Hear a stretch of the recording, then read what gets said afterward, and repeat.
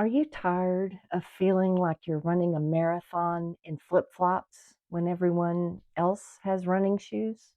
I spent most of my life thinking that something was wrong with me. I worked twice as hard as everyone else, got half the recognition, way less money, and I constantly wondered, was I broken, damaged somehow, or was I just lazy? Losing my 16-year job at a university a couple of years ago was the final straw. I had to confront the question I'd been avoiding for decades. Why did my brain not seem to work like everyone else's? That's when ADHD finally put a name to the chaos in my head. And honestly, it was like someone handed me a map after wandering in a fog for over 50 years. Here's the thing about ADHD in women. We're sneaky. We're masters at masking, at pretending everything's fine while silently drowning in overwhelm. Many of us go decades thinking there's something wrong with us or that we just don't measure up.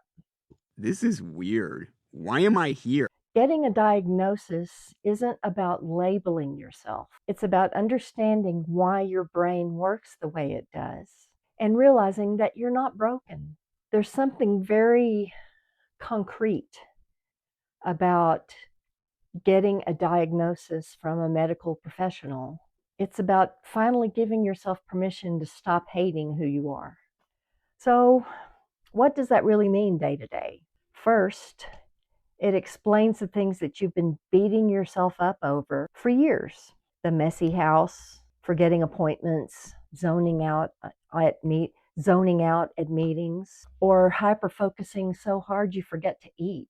It explains why small tasks feel monumental, It's too big. why social interactions are exhausting, and why your energy can just be all over the place. For me, learning about my ADHD was like discovering the instruction manual I never got for my own life. Suddenly, the chaos made sense. I could stop asking, why is everything so difficult for me? I can't do it. And start asking, how can I work with my brain instead of against it? But here's the kicker. ADHD isn't all struggles and missed deadlines.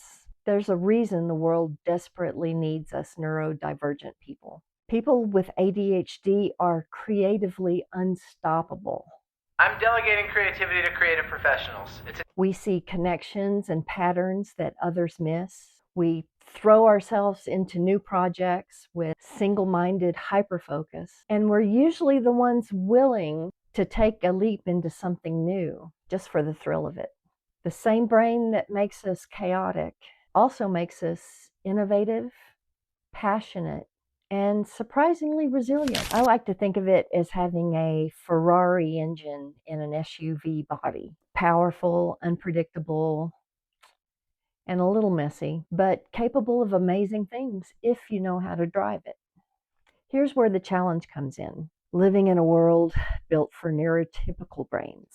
Office structures, social rules, even casual conversations can feel like decoding hieroglyphics. I can't understand this. Without strategies, we burn out, we over-apologize, and we keep bending ourselves into shapes that don't fit. A diagnosis doesn't automatically fix these challenges, but it gives you tools. Suddenly, I can't handle this turns into, okay, here's how I can deal with this without melting down. You start learning self-compassion, communication tricks, and boundaries that protect your energy. I have boundaries! You start recognizing your triggers and designing your life a way that works for your brain. For me personally, the difference has been like night and day. I used to hate myself for being too much or not enough, depending on the day. After my ADHD diagnosis, I stopped pretending. I embraced the quirks, I'm a quirky girl. the bursts of hyperfocus, the side projects that made no sense to anyone else but lit me up like a Christmas tree.